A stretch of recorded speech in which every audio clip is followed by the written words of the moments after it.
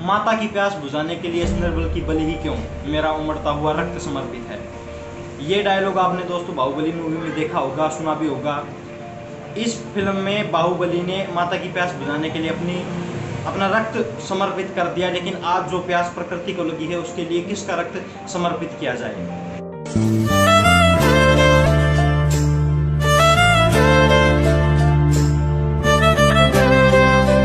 प्रकृति द्वारा आज हम इतने सारे विनाशकारी जो चीजें हैं वो हम झेल रहे हैं।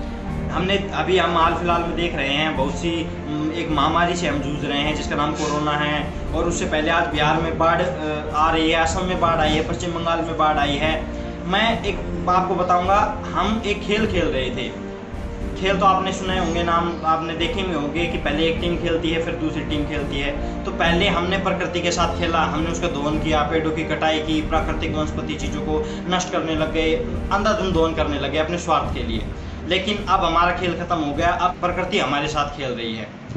अब जो प्रकृति का खेल है ये शायद ऐसा खेल है कि एक छोटा प्लेयर, गली में खेलने वाला प्लेयर और विराट कोहली के साथ खेले, ऐसा अनुमान हम लगा सकते हैं। क्योंकि प्रकृति है, उसके आगे हम इंसान का कोई बस नहीं चलता। अब हम हाल फिलहाल में देख रहे हैं, इन दिनों में हमने देखा है कि कोरोना महामारी से हम जूझ रहे हैं। बिहार में, असम में बाढ़ के हालात हम देख रहे हैं, महाराष्ट्र में और भी पश्चिम बंगाल में ऐसे विनाशकारी, और साउथ में चक्रवात आया था जो बहुत तहस नहसकारी था। तो ये जो प्रकृति द्वारा हमें संदेश दिए जा रहे हैं, इसका अर्थ यही है कि प्रकृति हमें संदेश दे रही है कि आपने हमारा बहुत ज़्यादा दोहन किया है, और अब वो हमें चेतावनी दे रही है कि अब भी अगर आप नहीं समझे तो शायद और भी इससे ज़्यादा विनाश हम झेल सकते हैं। क्योंकि प्रकृति आगे मनुष्य का कोई बस नहीं है। अब हम देखते होंगे, सर्दी का मौसम है तो सर्दी में इतना ज़्यादा सर्दी पड़ने लग गई कि बहुत से लोगों की मौत हो गई ठंड के कारण, और भी पता नहीं पूरा वातावरण जम गया, पेड़ों में बर्फ़ जमने लग गई। एक मौसम जब गर्मी का आया तो जब सड़क पर कारें खड़ी हैं उनके टायर अपने आप पिघलने लग गए, उनका जो कार के जो लोह है वो भी पिघलने लग गया था। और बारिश का मौसम जब आता है तो हम देखते हैं बारिश के मौसम में बाढ़ आनी शुरू हो जाती है, और उस ऐसे माहौल में हम असहनीय हो जाते हैं। जो मनुष्य है वो ऐसा महसूस करने लग जाता है कि अब उसका कोई बस नहीं चलेगा।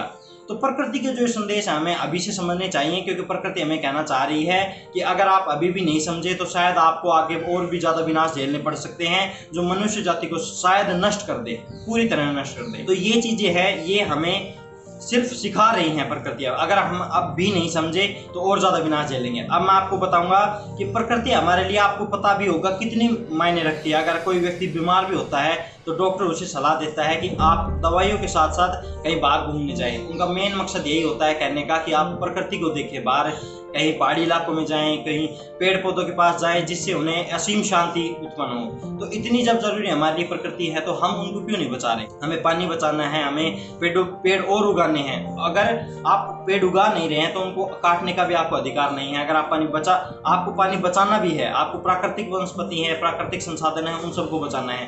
क्योंकि ये चीज़ें अगर आज हम बचाएंगे तो हमारी आगे आने वाली पीढ़ियां हैं वो इसका इस्तेमाल अच्छी तरीके से कर सकेंगी।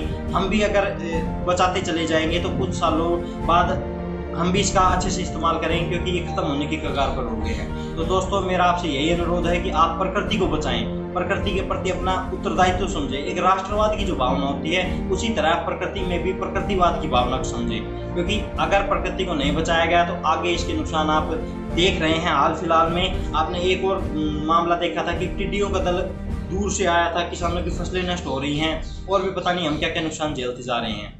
तो ऐसे ही अगर चलता रहा, ये महामारी का दौर चल रहा है, ये सब संदेश हैं कि प्रकृति हमें कहना चाह रही है कि अब भी आप समझ जाइए। तो दोस्तों, मेरा आपसे यही अनुरोध है कि आप अब भी समझें, प्रकृति को बचाएं, ज़्यादा से ज़्यादा पेड़ लगाएं, पानी बचाएं, अपने अड़ोस पड़ोस के जो लोग हैं उनको सचेत करें, आपके गांव वालों को, आपके जो छोटे बच्चे हैं उनको सचेत करें। क्योंकि जब छोटों में हम ऐसी भावना शुरू से ही डालेंगे तो बड़े होंगे तो शायद और भी ज़्यादा प्रकृति को बचाएंगे, ऐसा नहीं करेंगे। तो दोस्तों, मेरा आपसे यही अनुरोध था। आपको ये वीडियो कैसा लगे जरूर बताएं। आप किस तरह से प्रकृति को बचा रहे हैं, किस तरीके से आप सुझाव देना चाह रहे हैं, कमेंट में आप बता सकते हैं। हमारे चैनल को लाइक, शेयर और सब्सक्राइब जरूर करें। धन्यवाद।